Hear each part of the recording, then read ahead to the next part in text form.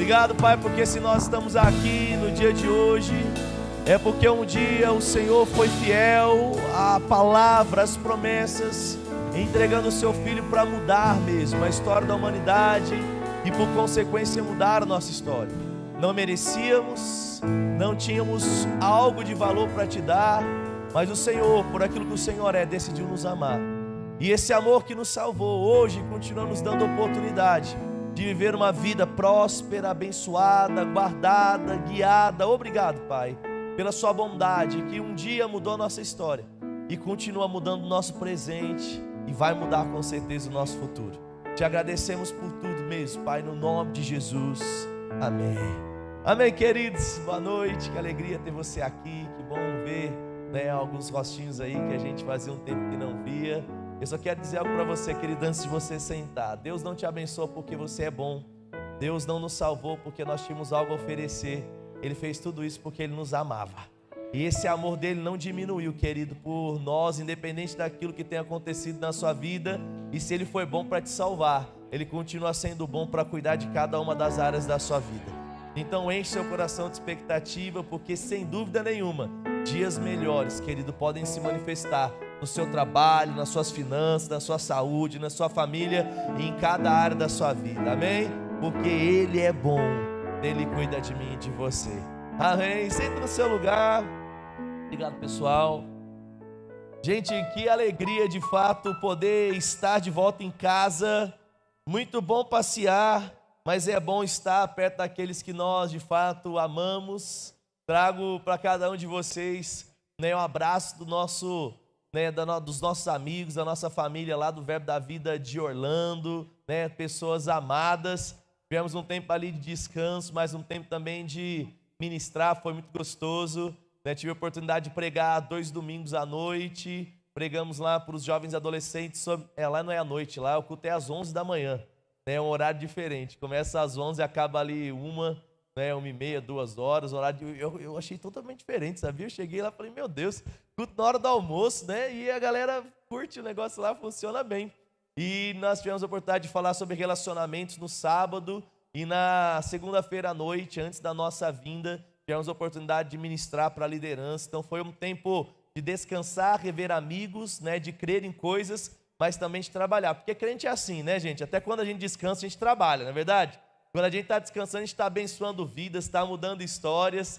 Então foi um tempo agradável. Eu quero te incentivar de fato a ter tempos assim, querido. Eu quero te encorajar a crer, a viajar com a sua família, ter um tempo de descanso, ir para uma chácara, para um sítio, para uma cidade, para a praia. Se você já está crendo mais longe, eu creio para você viajar para a Europa, Estados Unidos, Japão, Nova Zelândia. O pessoal está falando aí que com R$120 você come no melhor restaurante da Argentina um bom churrasco. Então, meu irmão, quem quiser descer ali para os Los Hermanos, é só chamar que a gente faz um bate-volta para comer um churrasco. Já pensou? Meu Deus, fala, pastor, você está com dinheiro para isso? Eu não, mas Deus pode fazer uns milagres, amém, querido? Então a gente está aqui para ser objeto da bênção dele. Então creia mesmo. Repete algo comigo. Fala assim, esse ano ainda, eu vou ter um tempo de descanso com a minha família. Não, agora você vai falar como que acredita de verdade, amém? Então fala, esse ano ainda, eu vou ter um tempo muito gostoso com a minha família. Oh, aleluia, creia nisso, amém, querido? Pode ser um final de semana, pode ser um parque aquático, vai ali para a Olímpia, no Termas dos Laranjais. Só não esquece de chamar o seu pastor para estar com você, amém? Isso é importante. Glória a Deus. Querido, nós estamos num mês mais do que especial. Começamos agosto, e em agosto nós celebramos o mês de missões da nossa igreja, no Verbo da Vida. No dia 21, como você já viu e vai ver nos nossos avisos, nós temos um dia mais do que especial para celebrar a vinda do apóstolo Bud, que já está com o Senhor, e de Mama Jam para o Brasil, trazendo o Rema, trazendo o Verbo da Vida. É um mês que nós temos gratidão mesmo por isso, e nós falamos sobre missões, nós falamos sobre o ID, Esse mês nós temos como objetivo, como tema, falar sobre missões nas Américas. O Dia Verbo da Vida de Missões vai falar sobre América do Norte, Sul e Central. Então, querido, assim como eles vieram, nós estamos dispostos a ir pelo mundo e pregar o Evangelho, amém, querido? Mas o Evangelho que é pregado pelo mundo, ele começa sendo pregado onde você está hoje. É por isso que Deus tem expectativa daquilo que Ele vai fazer na sua vida hoje. E é daqui que eu quero começar. Querido, Deus tem grandes expectativas acerca da nossa vida. Você sabia disso? Ninguém foi criado à toa. Deus não estava lá sem fazer nada, ou como alguns dizem, Ele estava em grande depressão porque o diabo tinha traído ele, caído. Ele disse, nossa, eu preciso fazer algo, eu vou criar um homem. Não, querido, Deus não tem esse tipo de pensamento, sentimento ou doença dentro dele. Ele é a própria alegria, Ele é a plenitude de todas as coisas. E Ele, querido, sendo Deus, Ele decidiu criar o homem. E quando Ele cria o homem de propósito, Ele cria o homem com propósito. Deus, querido, fez cada um de nós, como o Salmo 139 diz, e escreveu cada um dos nossos dias. Ou seja, não importa onde você nasceu, não importa se você foi filho de um relacionamento planejado com o papai e a mamãe, que faz o quartinho planejado e coloca a mobília. Talvez você foi desse tipo aí, mas talvez, meu irmão, você já cresceu na jungle. Você foi fruto daquele relacionamento, de um encontro que não era esperado, numa rodinha de carnaval. Quem sabe o que eu estou dizendo? Dizem que normalmente quem nasce em novembro é fruto do carnaval, né? Não é o meu caso, eu fui fruto de um retiro, não é verdade? Mas também funciona, não é verdade? E aí você está lá, querido, aconteceu de algum jeito e você nasceu. E quando, querido, você nasceu, junto com você nasceu planos, nasceram propósitos, e é sobre isso que eu quero dizer. Quando Deus olha para a minha vida e para a sua vida hoje, querido, Ele tem expectativas de nos usar para transformar histórias. Assim como nós estamos hoje aqui e somos frutos da entrega de alguém, Deus espera que pessoas sejam agregadas à vida cristã, ao nosso contexto de corpo, à nossa vida, por causa daquilo que você vai fazer. Talvez você pode falar assim, pastor, mas as pessoas nunca fizeram muito por mim. Engano seu. Tudo na sua vida, querido, é resultado de alguém. Se você sabe ler e escrever, é porque algum dia, alguma professora decidiu ter paciência com você. Porque por mais inteligente que você seja, meu irmão, tem coisas que você não aprendeu do dia para a noite. Você deve ter errado algumas tabuadas, você deve ter errado quem descobriu o Brasil. Quem descobriu o Brasil aí? Olha, ele falou Dom Pedro. Ei, já ia falar Dom Pedro aqui. Então talvez você errou em quem descobriu o Brasil, e a professora respirou, e aí ela falou assim, vamos tentar ensinar mais uma vez, colocar dentro dessa cabecinha pequena que foi, não é? Pedro Álvares Cabral. E aí, querido, não só eles, mas a pessoa que te ensinou a dirigir, os seus pais que criaram você, os seus avós, os seus tios. Alguém um dia decidiu no seu trabalho olhar para você, olhar para o seu currículo e falar, parece que não é o melhor, mas eu vou contratar mesmo assim. Ou então, sem te conhecer, só olhando para o currículo, não é aquele currículo vitae que quantas vezes a gente já fez e colocou em inglês avançado, mas tudo que a gente sabia falar era the books on the table. Quem já pecou nesse nível aí? Alguém já pecou? Qual é o seu nível de inglês? Intermediário. O cara só sabe falar morning. Na verdade, já coloca lá. Querido, as pessoas olharam para aquele currículo e decidiram acreditar em nós. Ou seja, hoje nós somos resultado daquilo que alguém decidiu fazer por nós. Seja na nossa família, seja na nossa finança, né, seja na nossa saúde. E aí? E aí que se hoje eu sou fruto da entrega de alguém, Deus tem expectativa que hoje, através da minha entrega, pessoas sejam tocadas também. Mas tudo isso começa com algo, com o entendimento de que Deus não me fez à toa e de que, independente das minhas falhas, existem virtudes e qualidades em mim que Deus quer usar para comunicar a vida de pessoas. Mas deixa eu falar uma coisa para você antes da gente avançar. O plano de Deus é tão lindo, que antes de você tocar pessoas, Deus tem expectativa de fazer algo tão grande em nós, para que uma vez, agora, conhecedores daquilo que Deus é e Deus pode fazer, nós vamos transbordar na vida de pessoas. Às vezes, quando algumas pessoas ouvem a gente falando sobre grande comissão, ouvem a gente falando sobre transformação, elas falam assim, nossa, mas o outro, e eu? Deixa eu falar uma coisa para você, querido. Deus nunca falaria para você fazer algo para o outro, sem antes fazer algo na sua vida. Quando a Bíblia diz que existe uma expectativa de Deus de alimentarmos as pessoas, Ele não está querendo falar que você vai dar comida para o outro enquanto você passa fome, ainda que nós estejamos dispostos a fazer isso. Amém, querido? Porque nós amamos tantas pessoas que, se for preciso, a gente tira a roupa do nosso corpo para dar para o outro. Isso é ser cristão também. Mas Deus, ele é tão bom que ele quer fazer algo em você, ao ponto de você ter para você e também ter para o outro. Quando a gente fala sobre grande comissão, quando a gente fala sobre ID, quando a gente fala sobre tocar vidas, nós estamos falando sobre ser tocado para depois tocar, ser abençoado para depois abençoar, viver uma alegria para falar de alegria, viver uma paz para comunicar uma paz, ter um relacionamento para agora falar sobre um relacionamento. Onde é que eu estou querendo chegar? Meu irmão, Deus está querendo promover áreas da sua vida, para que uma vez essas áreas promovidas, Ele agora possa te usar para tocar a vida de outras pessoas.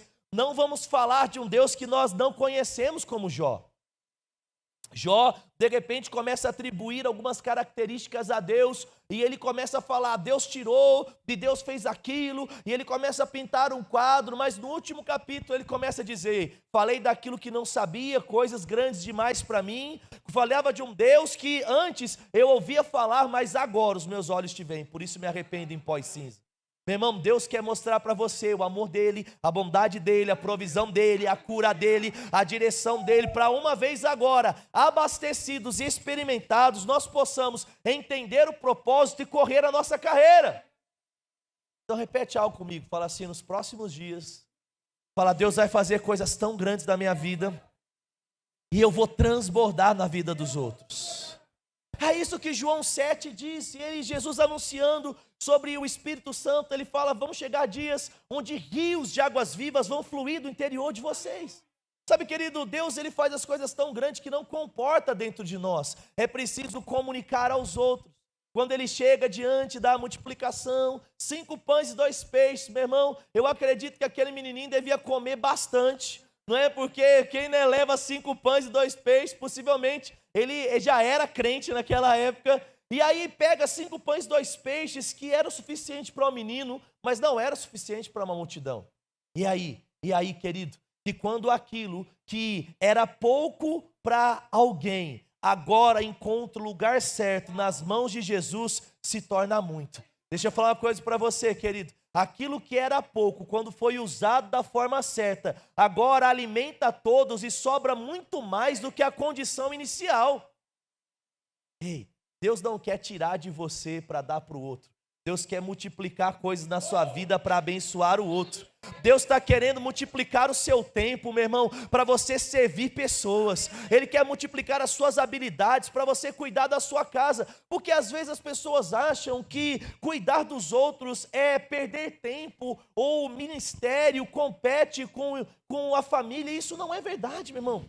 Deus não está competindo com o seu trabalho, não está competindo com a sua família. Ele está querendo multiplicar aquilo que você tem, para que você seja luz no seu trabalho, para que você seja luz na sua faculdade, na academia, na rua, na igreja. Ele não está brigando conosco, Ele está nos favorecendo. E eu queria que você abrisse comigo a sua Bíblia, em Lucas capítulo de número 7, e eu quero mostrar uma história aqui para você. Lucas capítulo de número 7 fala um pouco sobre o sentimento que precisa fazer parte da nossa vida. Irmãos, o mundo vive de uma forma cada vez mais egoísta.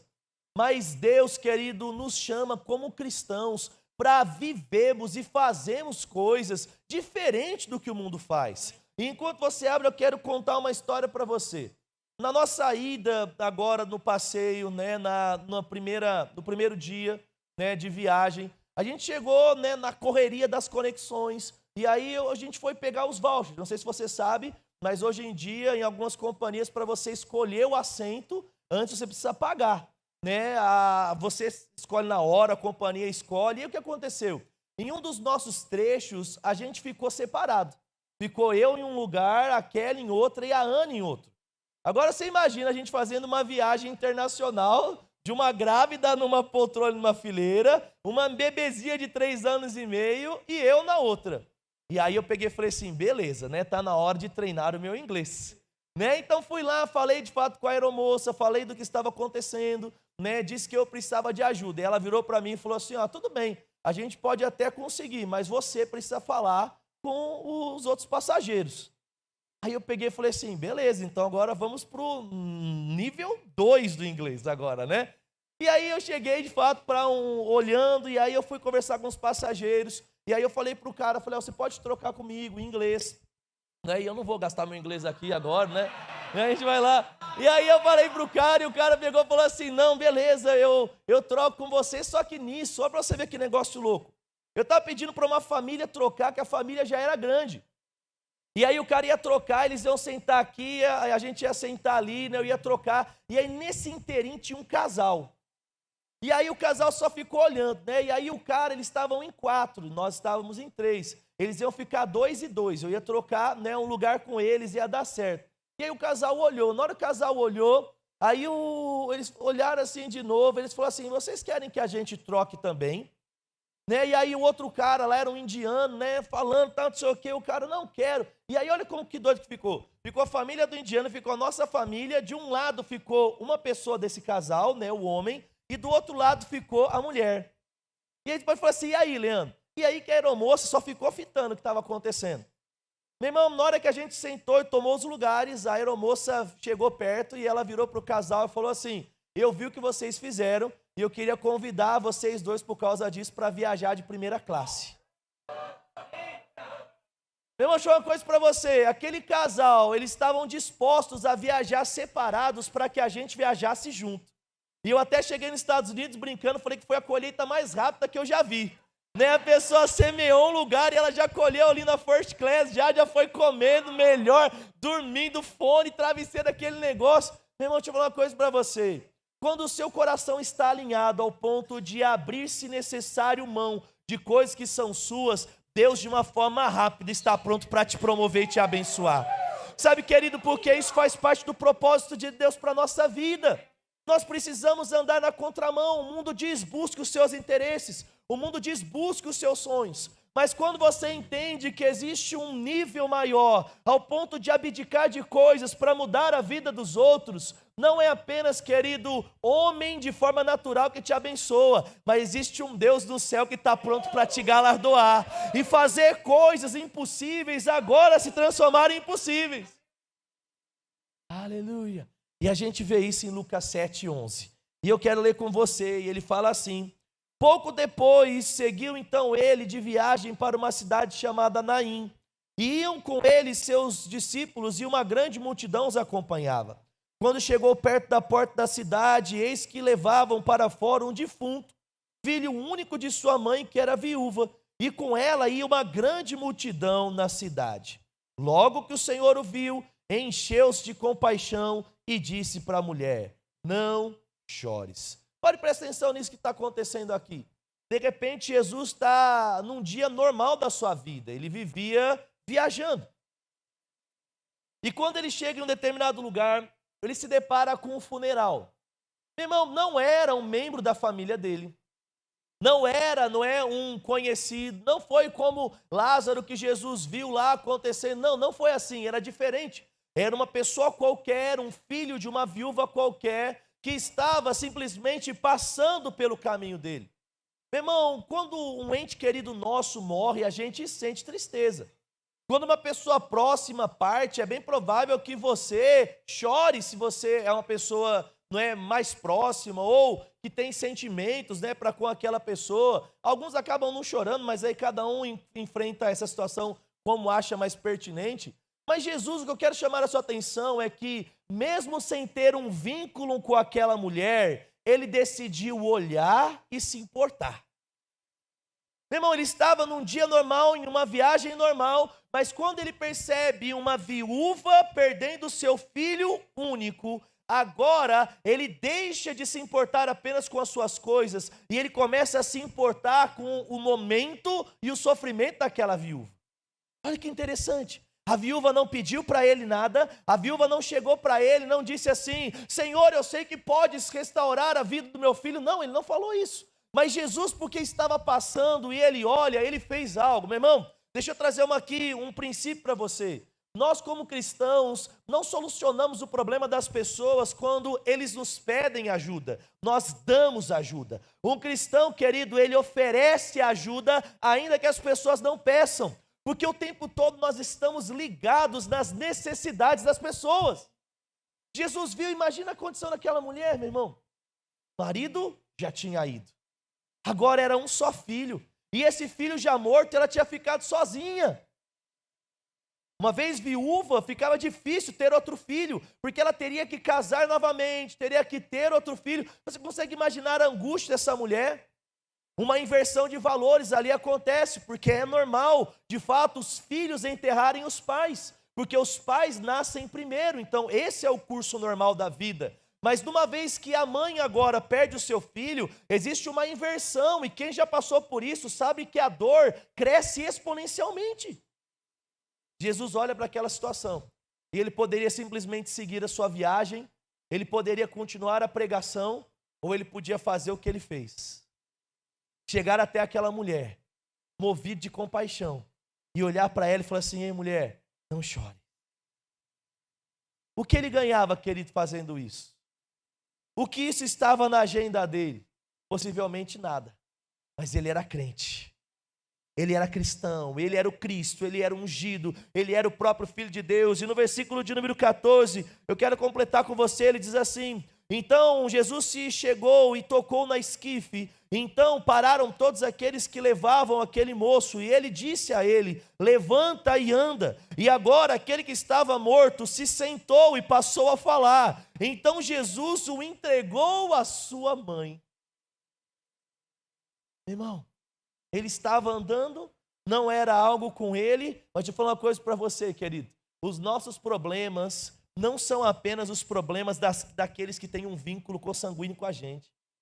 Eu não cuido só daqueles que nasceram do mesmo pai, da mesma mãe. Eu não cuido só daqueles, querido, que têm um vínculo próximo. Eu sou crente, eu cuido de todos. Porque a Bíblia diz que Deus amou o mundo. E se Deus amou o mundo, eu amo o mundo. Se Jesus se entregou para mudar o mundo, eu entrego a minha vida para mudar o mundo. É por isso que eu quero que você aumente as expectativas ao ponto de Deus te usar de uma forma maior. Você é a resposta de Deus nesses dias, irmãos. Hoje nós estamos aqui porque um dia alguém fez algo e eu fico pensando em alguns aspectos. Sabe, hoje nós estamos aqui e essas paredes, elas são paredes antigas, feitas na primeira vez da igreja aqui. Tem pessoas que construíram essas paredes, meu irmão, que nem estão vivas mais. Já morreram.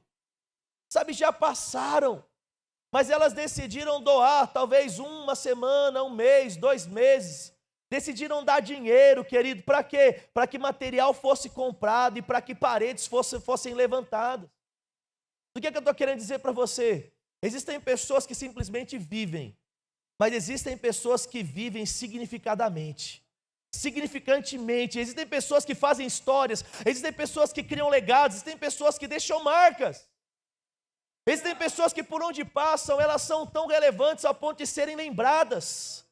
Lembradas em uma história, lembradas em uma conversa, lembradas com gratidão, porque alguém estava em uma condição, mas um dia um cristão parou e decidiu ajudar, decidiu ofertar, decidiu colaborar, decidiu abraçar. Não tinha nada a ver com a vida e com o cronograma, mas assim como Jesus parou e disse: ei, o que é que eu posso te ajudar? Sabe, irmão, tem coisas que mexem comigo. Sabe, eu fico olhando, né, esses dias antes de viajar, eu vi a Vitória fazendo os apertos na galera ali, né, as torturas da fisioterapia. Né, e uma das pessoas que ela estava tratando, e aí ela mexendo, né, fazendo assim, e eu peguei e falei assim: nem que me pagasse eu relava nesse pé, nesse braço, nessa cabeça. Sabe, irmão, tem gente que você chega lá e ela está fazendo com um sorriso no rosto, está apertando e fazendo força e suando daquele negócio. Aí você pensa assim: meu Deus do céu, eu que não faria isso nem que me pagasse. Sabe, irmão, se você está nessa que olha e fala assim: eu não faria nem que me pagasse, está na hora da gente aprender com aqueles que fazem de graça. Sabe, porque a vida não é sobre pagamento, a vida é sobre entrega e doação. Eu fico olhando para o pessoal, né, cozinhando, para o pessoal fazendo as coisas, limpando, né, da nossa zeladoria, limpando o banheiro, limpando a igreja e fazendo as coisas, e eu falo: puxa, eles não ganham nada para fazer isso. Sabe, querido, é porque entenderam a essência e o propósito. E eu oro mesmo por dias, meu irmão, que a gente cresça como uma igreja relevante. Não uma igreja que busca status, mas uma igreja que busca transformação. Sabe, eu oro para que a gente entenda que o propósito da nossa vida é mais do que ter coisas, mas é ser algo para alguém. Sabe, irmão, é isso que Deus espera da gente nesses dias.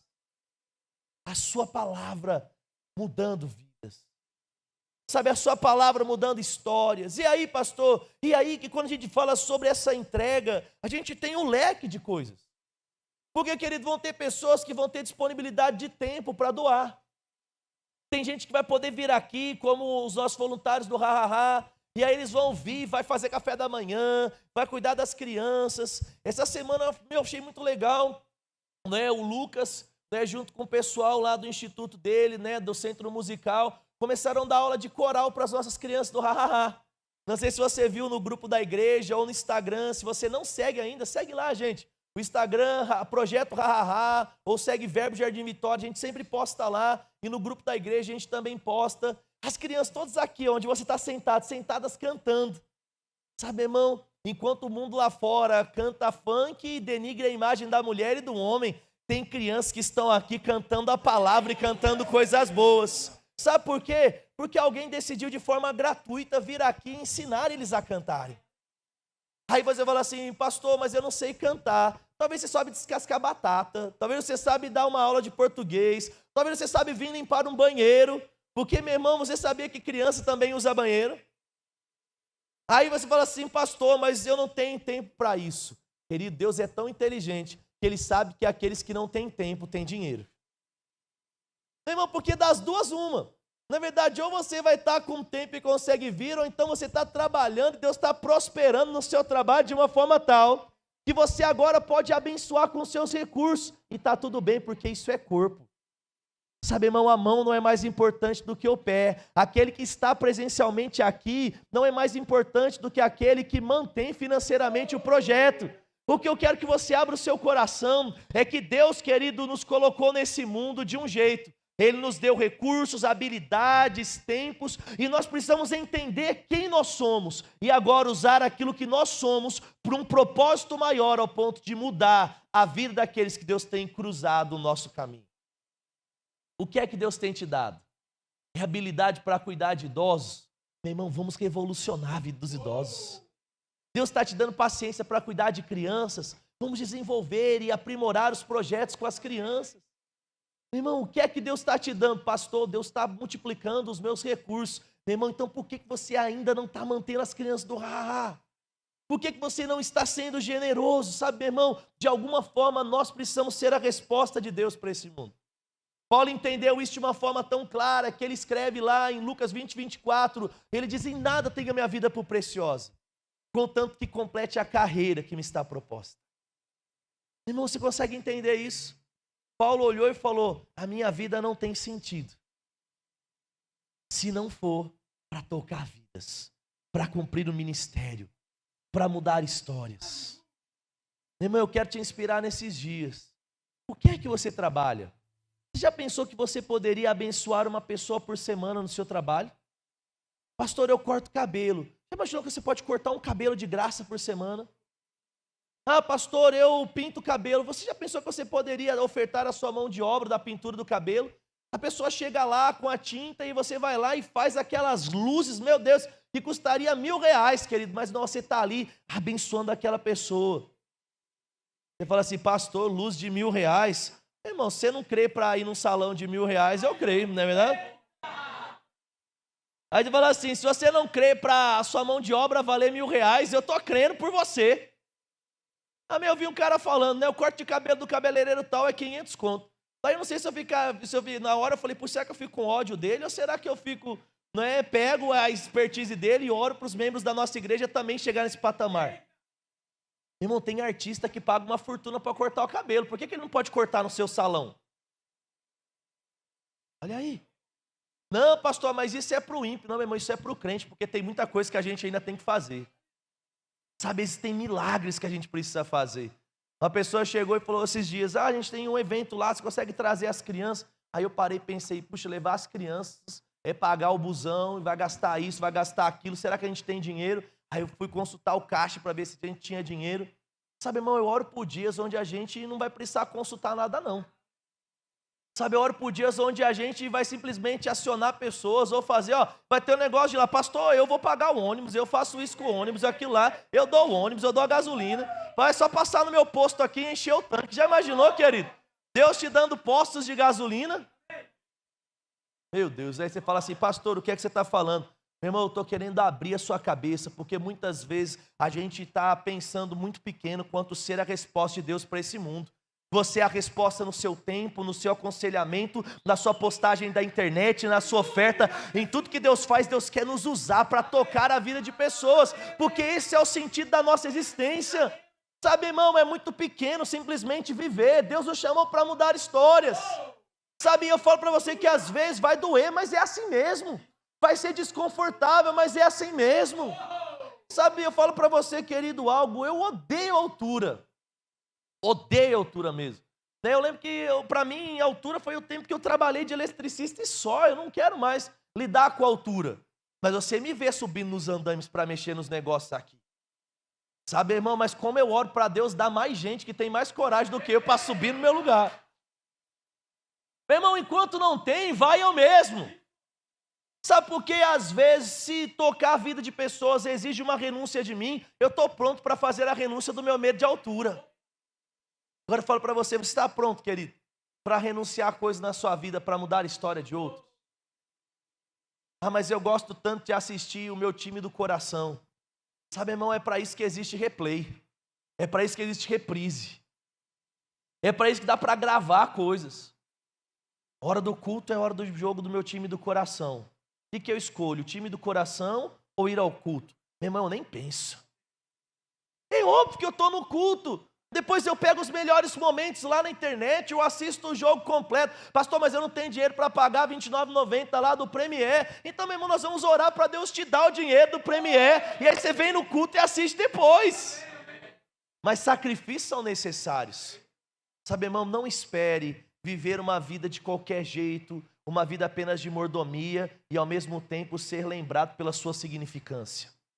Porque essas coisas não combinam.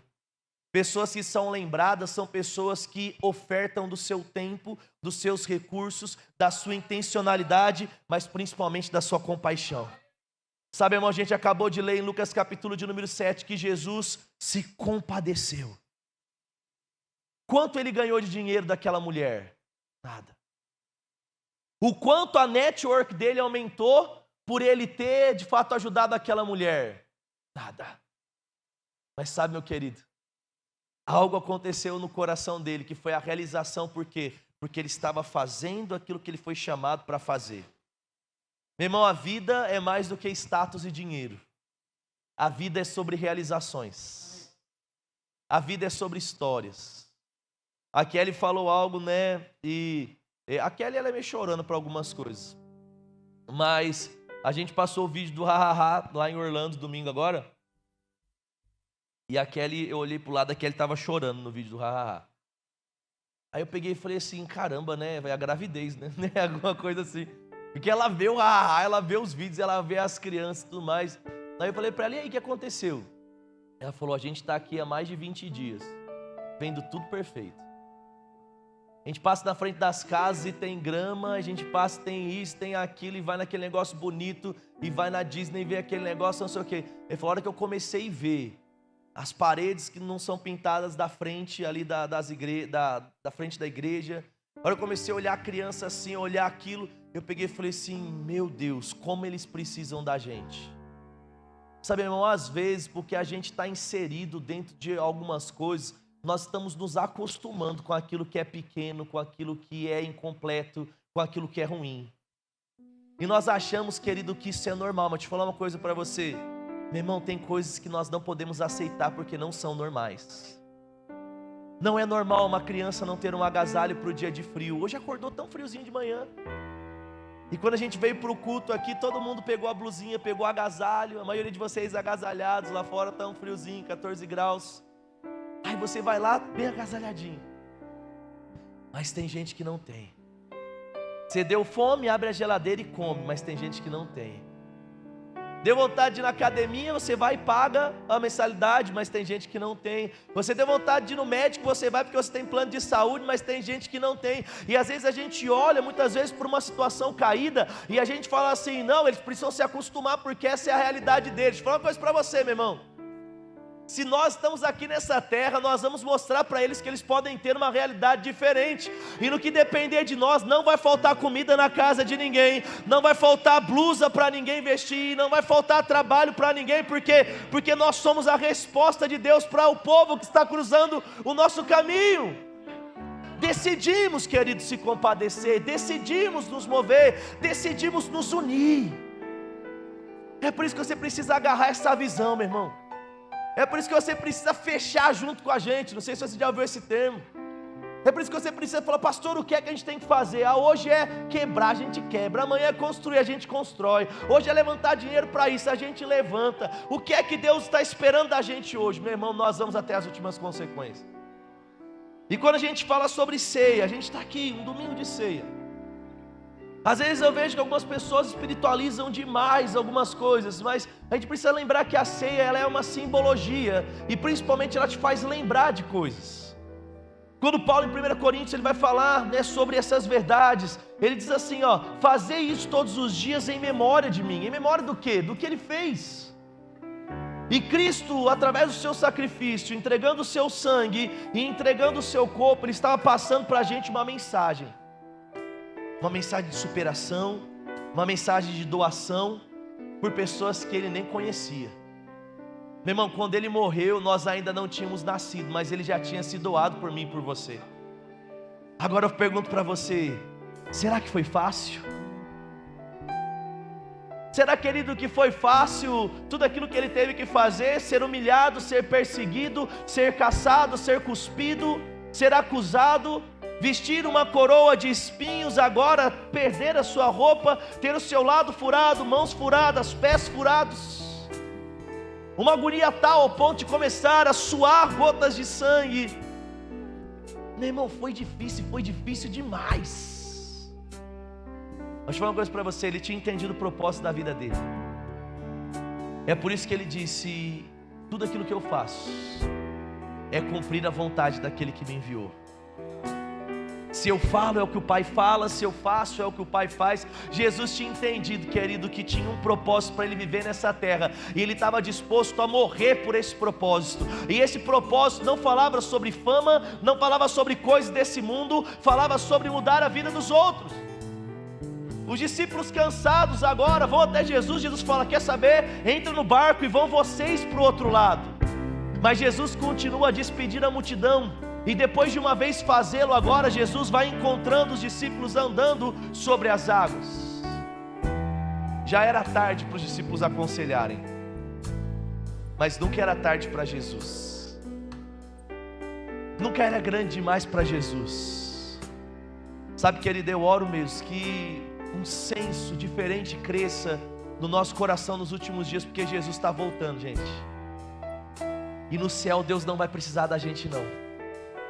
No céu é tudo perfeito, no céu é tudo pleno, no céu, as ruas são de ouro, não tem lágrima, não tem doença. Lá Deus não precisa das nossas mãos, mas aquele precisa.